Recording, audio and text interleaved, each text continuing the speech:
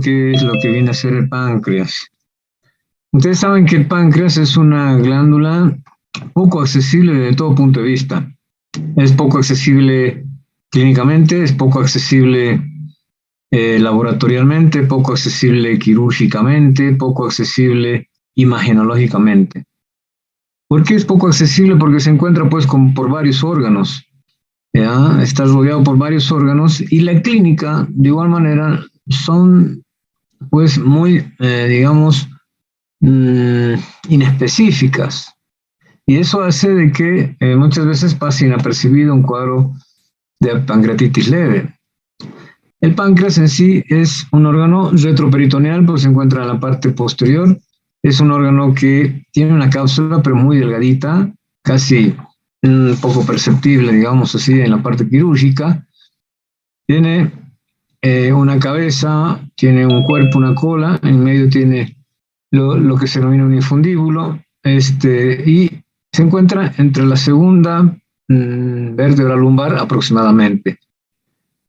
Pesa 100 gramos y tiene dos conductos, un conducto de Wilson, ahí tenemos el conducto, son los conductos de Wilson, que es el más importante, y el de Santorini, que es un accesorio. La secreción en sí, aquí están las partes, la cabeza, el cuerpo y la cola, y algunos llaman esto infundíbulo o cuello. Y además un proceso uncinato, que es el que engancha a los vasos mesentéricos, ¿no? Le decía que la secreción de la glándula está dada particularmente en un 85% de secreción exócrina, un porcentaje bajo de secreción endócrina, y las enzimas que se presentan en estas son de 15 gramos. Se secreta aproximadamente al día 2 litros, 2000 mililitros de jugo pancreático, donde están inmiscuidos particularmente las enzimas inactivadas. Está irrigado por varias arterias, una de ellas es la rama de la hepática común, que es la gastroduodenal anterior y posterior. Por abajo tenemos la pancreático-duodenal anterior y posterior, de igual manera, que son ramas de la mesentérica superior, que es la que iba a irrigar en la parte de la cabeza, infundíbulo y cuello. Ya el cuerpo y cola por la arteria esplénica y la pancreática magna. El drenaje venoso, y recuerden ustedes que va hacia el tronco mesaraico y de ahí a la vena porta. Los ganglios linfáticos de igual manera se van a ubicar a nivel de lo que es el tronco celíaco y parte de la raíz de la mesentérica superior. Su inervación está por el plexo celíaco, son nervios esplénicos y es un plexo esplénico que es el que le va a determinar la sensibilidad y ese dolor exquisito que obviamente está en la pancreatitis. El jugo pancreático, que es 2000 mililitros como término medio, es inoloro, acuoso, incoloro, tiene una densidad de 1007 a 1035 con un pH alcalino, ¿ya? Y bastante secreción enzimática inactivada e electrolítica. Van a estar estimuladas esta secreción por la colecistocinina, la secretina, algunas hormonas que van a activar a nivel del duodeno, como ser la enteroquinasa, y también el pH duodenal gracias al bicarbonato. Dentro de la parte histológica, hablamos de que la unidad anatomofuncional del páncreas es el acino, ¿ya? Este es el acino, todo esto de acá, que ustedes están viendo, donde va a estar constituido por varias células, entre ellas las células centroacinares, las células acinares del páncreas, y que son quizás las células acinares son las más importantes. Las células centroacinares son las que van a secretar algunos componentes, como ser vitamina A, mientras que las células del acino propiamente dicho son las que vamos a ver enseguida, cómo secretan los gránulos de decimógeno que están inmiscuidos las enzimas extrínsecas, ¿no? Ya en la parte intrínseca tenemos varias otras células, como por ejemplo las células alfa, beta, delta y F, La alfa va a secretar el glucagón, no se olviden, la beta, la insulina. Con estas tiene que haber un equilibrio. La delta, la somatostatina, y la F, el polipéptido pancreático, que son el 2% de las secreciones que se va a realizar en el páncreas. Aquí tenemos el acino pancreático como unidad anatómica funcional y endocrinológica. Esta es la célula acinar, donde vamos a tener una secreción exócrina que está regulada por una fase cefálica, que está dada por el vago, la gástrica por la gastrina y la intestinal por la secretina y colecistoquinina propiamente dicha. Entonces, ¿dónde se inicia, digamos, la formación de las enzimas pancreáticas? A nivel del retículo endoplasmático rugoso. Entonces, en el retículo endoplasmático rugoso de la célula se forman las enzimas proteásicas, no proteásicas y lisosomales. ¿Ya? Pasan al aparato de Golgi y en el aparato de Golgi ya empiezan a tener una clasificación en las válvulas concéntricas de lo que vienen a ser las proteáceas y no proteásicas, ¿no? Por otro lado, las lisosomales son las que van a salir también en forma, digamos, unitarias, solas. Y de aquí van a salir en primer término, van a salir en lo que vienen a ser las válvulas concéntricas y después en los gránulos de zimógeno. Todo esto está en forma inactivada. Y acá en la célula no se activan gracias a quiénes. Gracias particularmente a la antiquimiotripsina. ¿Ya? La antiquimiotripsina es la que evita que se activen dentro de la célula. Cuando existe una pancreatitis, obviamente se activan dentro de la célula y empieza a destruir, ¿no? Entonces, ¿cuáles son las que van a evitar que se activen? La antiquimiotripsina, que es la más importante, y después está la alfa-1 antitripsina, que también está dentro de lo que está dentro de la célula para evitar que se activen en esta célula. Salen a los conductillos también en forma inactivada y después se van hasta el duodeno. Y en el duodeno, obviamente, se van ya a activar. Las proteásicas, no proteásicas y lisosomales son estas las enzimas, digamos, que tenemos dentro de la célula, las que van a empezar a formarse en el retículo endoplasmático y posteriormente en el aparato de Golgi. Las proteásicas, tenemos la tripsina, la quimiotripsina, la elastasa, la calicreína, la carboxipeptidasa.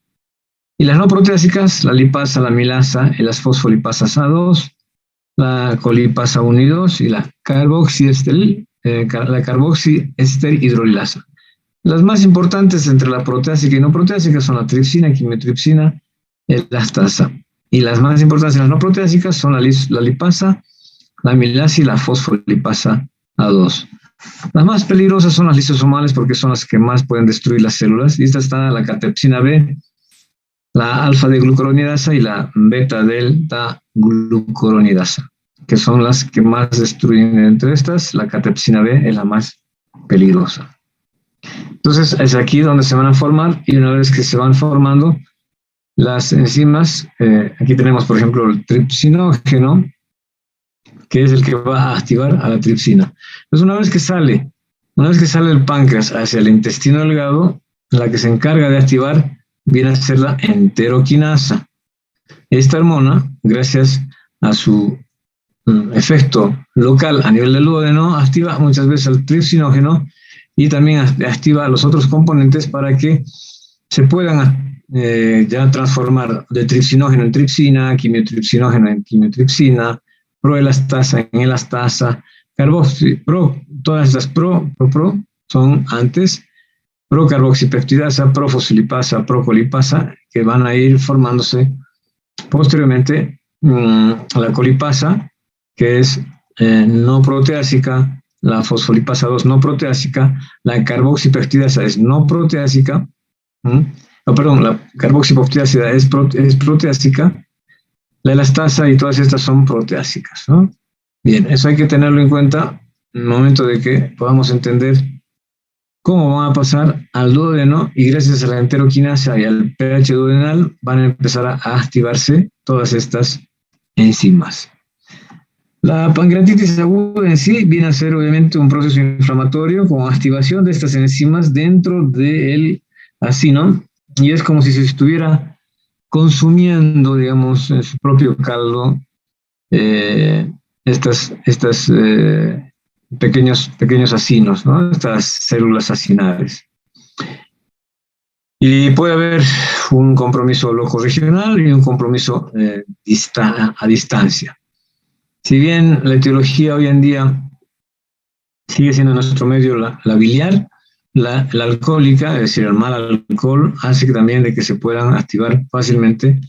Y si bien el porcentaje no es tan así, aquí tenemos 60% en nuestro medio y un 40% y subiendo la parte del alcohol. Y un 20% podríamos decir que son otras causas, como por ejemplo la picadura del escorpión. Esto hemos visto unos 3 casos en Yotala. Después tenemos el traumatismo abdominal o traumatismo duodeno pancreático, ¿no? La elevación de los lípidos, particularmente los triglicéridos, algunos medicamentos como ser la amiodarona o algunos antiquimioterapéuticos y algunos que son ya prácticamente desconocidos. Entonces, de igual manera acá vemos cómo son las causas de formación de la pancreatitis, ¿no? La obstrucción del conducto.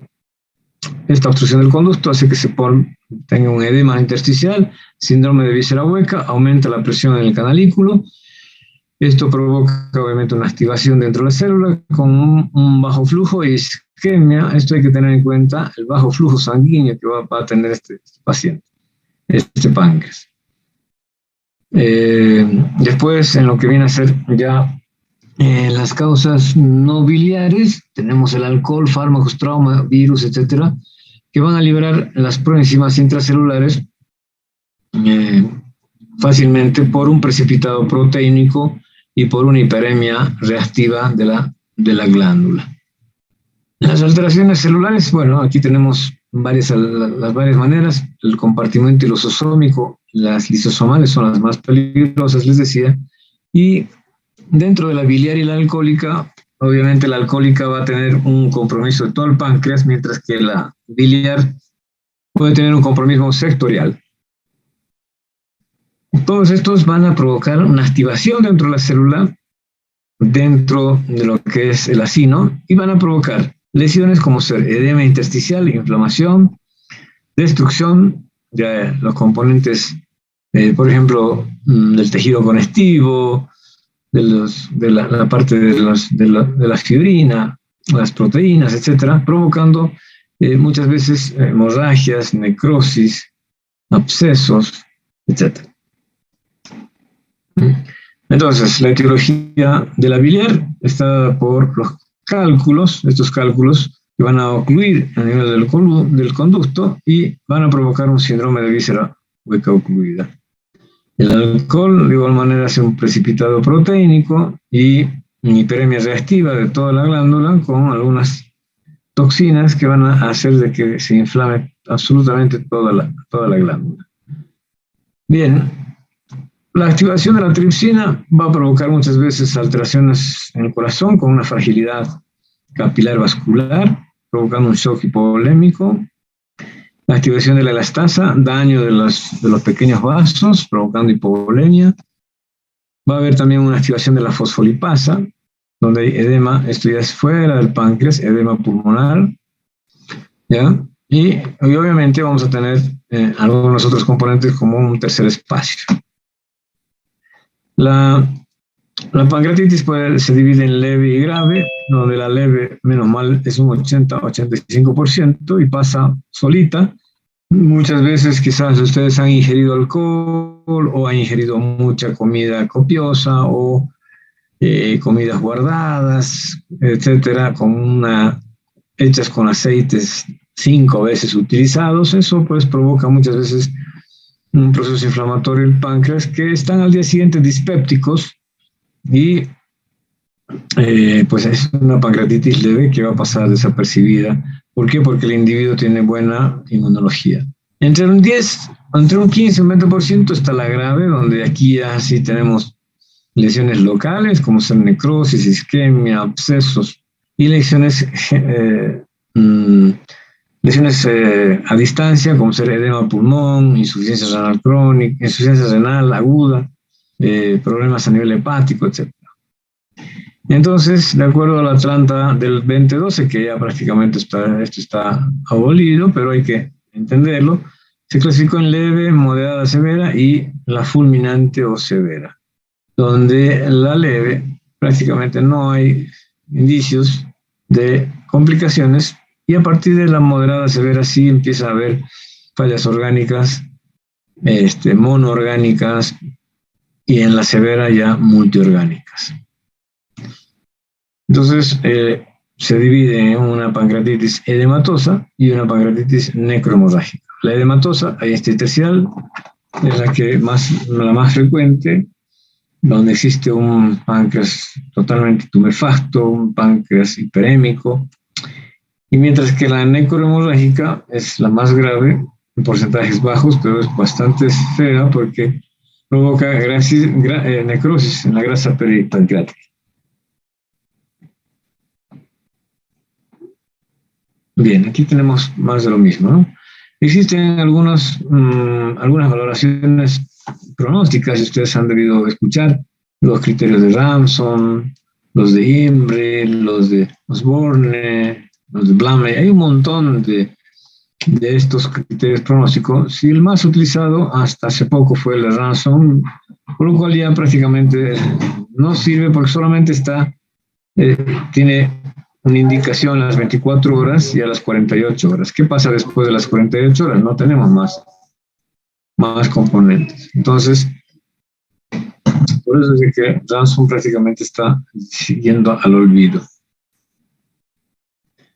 Existen estos ítems que vienen a ser al ingreso y a las 48 horas con el criterio de Ramsson particularmente, ¿no? Está la edad, la leucocitosis, la glucosa, el LDH, la ST o TGO. A las 48 horas tenemos el boom, la PO2, descenso del hematocrito, calcemia, déficit de gases y secuestro de líquidos.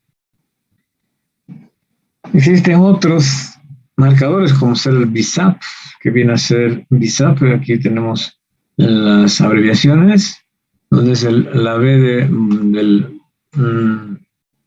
la urea, la I, que tiene un antecedentes de mareos o alteraciones en el estatus mental, la S, donde hay una respuesta inflamatoria sistémica, la A de edad y derrames pleurales. Otros, el SOFA, por ejemplo, el SOFA que va a agarrar a los órganos blancos. El SOFA viene a ser un componente no solamente para pancreatitis, sino para otras fallas orgánicas o peritonitis, etcétera, donde va a determinar si existe o no un fallo de varios órganos. Por eso toma al sistema nervioso central, a la parte renal, a la parte hepática, a la coagulación, a la parte respiratoria y cardiovascular. Y eso es el SOFA. Y el Quick SOFA, que es el abreviado, solamente tiene 3 parámetros, ¿no? El Glasgow, presión y la frecuencia respiratoria. Ustedes han de escuchar el Apache, que quizás es el que más se utiliza en terapia intensiva, en unidades de cuidado coronario o intensivo, donde esto se hace de forma diaria. Pero bueno, lamentablemente, por nuestros presupuestos a nivel nacional, quizás hacer todos los días con gases en sangre, sodio, potasio, etcétera, es un presupuesto, por lo cual no se los hace todos los días en algunos lugares, ¿no? Pero en otros lugares sí se lo puede utilizar como una puntuación de pronóstico día a día. El que tenemos basado en evidencia es el de Baltasar, que muestra las radiografías, es decir, muestra las tomografías, donde desde más o menos 1985 empezaron a clasificar en 5 grados con letras. Y estas letras, ¿qué evaluaban? Evaluaban el tamaño del páncreas, el contorno del páncreas, la densidad del páncreas, si existe o no una enfermedad inflamatoria alrededor del páncreas y si hay o no colecciones. Todas estas, el A, B, C, D y E, son las que vamos a tener gracias a estas, gracias a esos factores. Por ejemplo, El A es prácticamente normal, el B es un aumento de tamaño que está edematizado, contornos irregulares. En el C ya tenemos alteraciones dentro del páncreas, como procesos inflamatorios de la grasa, irregularidades. D hay colecciones, aquí en el C puede haber isquemia, en el D puede haber necrosis, y en el E hay varias colecciones. Entonces, fíjense, aquí tenemos un páncreas normal, un páncreas edematizado, el tipo B, hay algunas colecciones ya en el tipo C, una isquemia y colecciones en el tipo D, y cuando tenemos ya una irregularidad de todo el páncreas con pérdida de la formación del páncreas, con zonas de absceso, flemón, ya estos los tenemos en el tipo E. Ahí tenemos el puntaje que puede dar el grado de severidad. Los síntomas en sí, el dolor abdominal, si bien es el 95%, el individuo tiene que tener un alto índice de sospecha. Si no tenemos un alto índice de sospecha de ese dolor abdominal, pues no vamos a diagnosticar. Por eso les decía que el páncreas es un órgano poco accesible. ¿Cómo es ese dolor abdominal? Generalmente es un dolor chocante, ¿no? Es un dolor chocante que quiere decir que el paciente no tiene una posición antiálgida, es continuo, lo choca porque lo hipotensa, lo taquicardiza, le hace sudar, etc. Entonces es un dolor bastante fuerte, ¿no? Y después vienen los otros síntomas, como las náuseas, vómitos, fiebre, etc. Subictericia. Los ataques pueden ser a nivel centroabdominal o a nivel del epigastrio, pueden irradiarse al hombro, a la parte dorsal, ya, o como está en el retroperitoneo, en el dorso puede haber también dolores, como por ejemplo acá tenemos el signo de Katch, que es un dolor en la parte posterior. Después tenemos dolores en la zona de epigastrio hipocondrio izquierdo. La zona pancreática de Chapar, que es una zona importante, y ustedes tienen que tenerlo en cuenta esto porque puede ser pregunta de examen. Se va a trazar una línea vertical hasta el ombligo y de aquí una línea horizontal. La bisectriz que va hasta la axila va a formar dos ángulos. De este ángulo de 90, dos ángulos de 45. La zona pancreático-duodenal es esta, y esta es la zona colecisto-duodenal. Entonces, esta es la zona donde vamos a tener la repercusión en el cuadrante de Chofar. Hay varios signos en lo que viene a ser la pancreatitis. Hay muchos signos, pero muy pocos signos se presentan en forma aguda. Por ejemplo, estos dos signos son tardíos, inclusive hay un signo a nivel del muslo, otro signo a nivel del dorso, el signo de Cullen que es a nivel del periombligo, existe una necrosis y una hemorragia, y por el ligamento redondo van hacia el ombligo. A la parte dorsal, esa equimosis, que es también porque es retroperitoneal, y prácticamente no se ven estos signos. Y yo particularmente no he visto uno de estos signos porque son ya en etapas muy avanzadas.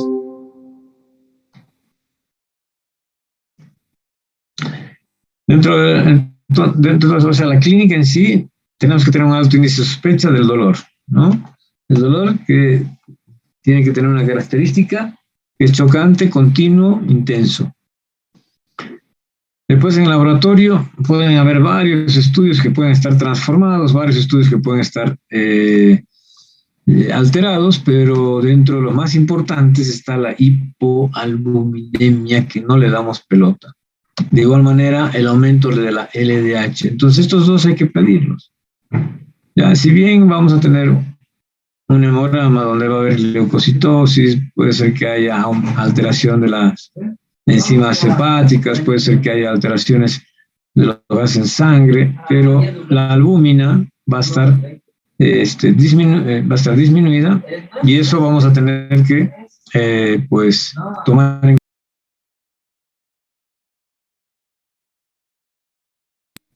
eso vamos a tener la hipoalbuminemia o la LDH aumentada. ¿Qué pasa con la amilasa y la lipasa? Pueden elevarse muchas patologías. Por ejemplo, puede elevarse en una colecitis aguda, colangitis, puede elevarse en una úlcera perforada, puede elevarse en un embarazo ectópico, en una isquemia mesentérica, varias. Desde ya existe una frase donde dice de que dolor por 3 y amilasa por dolor por 3, amilasa por 3 es sinónimo de pancreatitis, pero eso no es un dicho, mejor dicho, no es algo seguro, es un dicho nada más. Pero la amilasa nos puede ayudar, es sensible, específica, puede estar elevada hasta las 2 semanas y de ahí bajar, y la lipasa se mantiene solamente entre el tercer y quinto día. Por eso es de que la lipasa hay que tomarla lo más rápido posible, antes que la amilasa, para poder, puesto que es un indicativo más rápido de un proceso inflamatorio agudo. La ecografía, si es que tenemos un duodeno inflamado, no nos va a dejar ver, entonces por eso es poco accesible. El ecografista va a decir, no se percibe el páncreas por interposición gaseosa. Entonces, eso es algo que muchas veces nos reportan los ecografistas, pero la ecografía es importante porque nos muestra el tamaño, el grosor, las irregularidades, puede haber líquidos peripancreáticos, etc.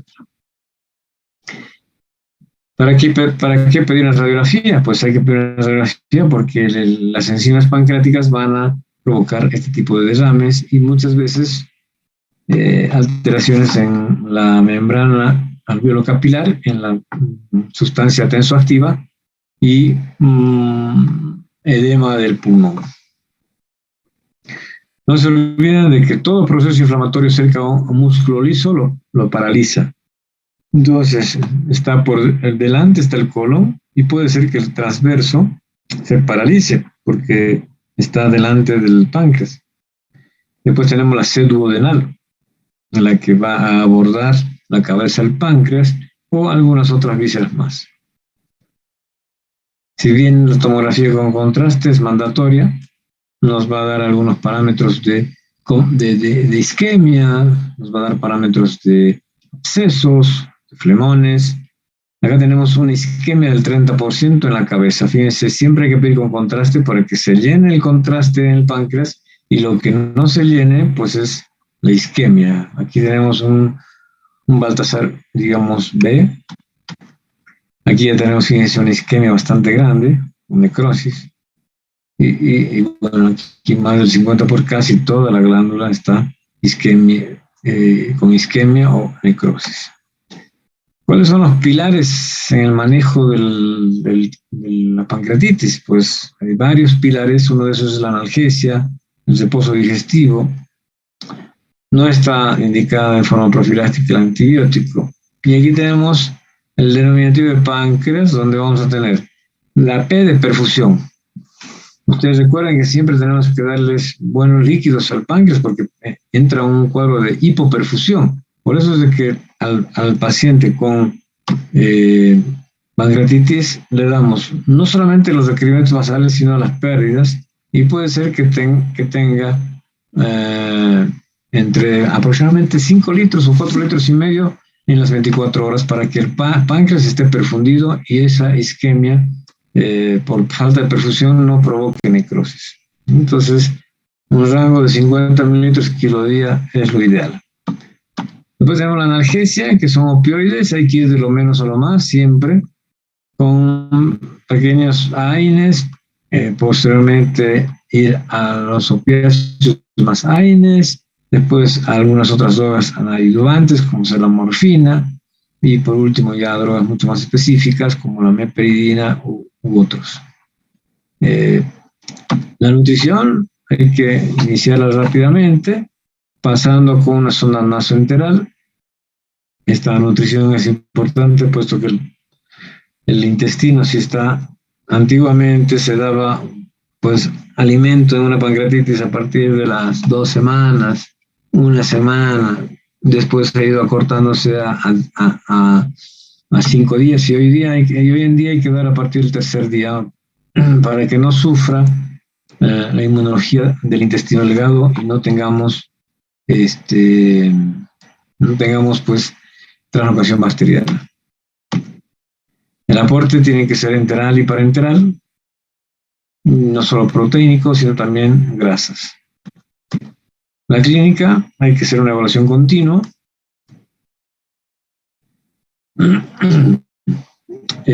Tenemos que estar look betting, que se llama, que es el médico tiene que estar sentado al borde de la cama observando al paciente, ¿ya? Para poder ir viendo si es que ese paciente va mejorando o no.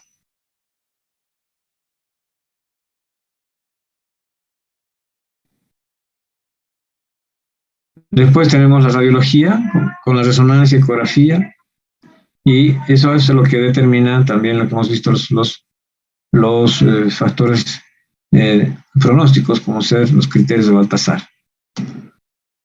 Podemos hacer una extracción de cálculos por medio del RCP, ¿no?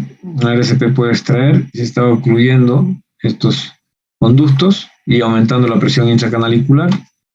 Los antibióticos en la pancreatitis lo dejamos para a partir del 13º día, es decir, de las 2 semanas, si es que existe algún proceso que esté infectado. Y por último, la cirugía. Ustedes han debido pensar, han debido escuchar que la pancreatitis no se opera. Evidentemente no se opera la pancreatitis, pero tenemos que realizar tratamientos mínimamente invasivos,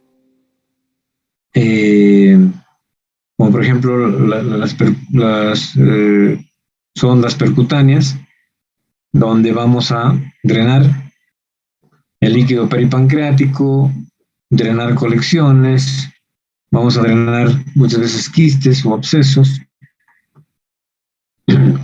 y eso hace de que tengamos pues una mejor evolución locorregional del páncreas.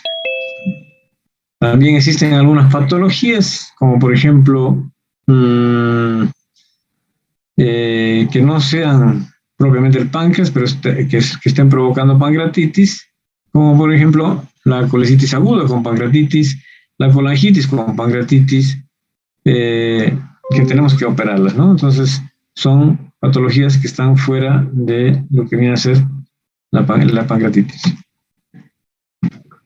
Ahí vemos cómo se ingresa al retroperitoneo y se observa en la parte posterior la necrosis de lo que es el páncreas. Y eso hay que ir retirando. Bueno, eso es más o menos lo que les tenía que advertir sobre pancreatitis.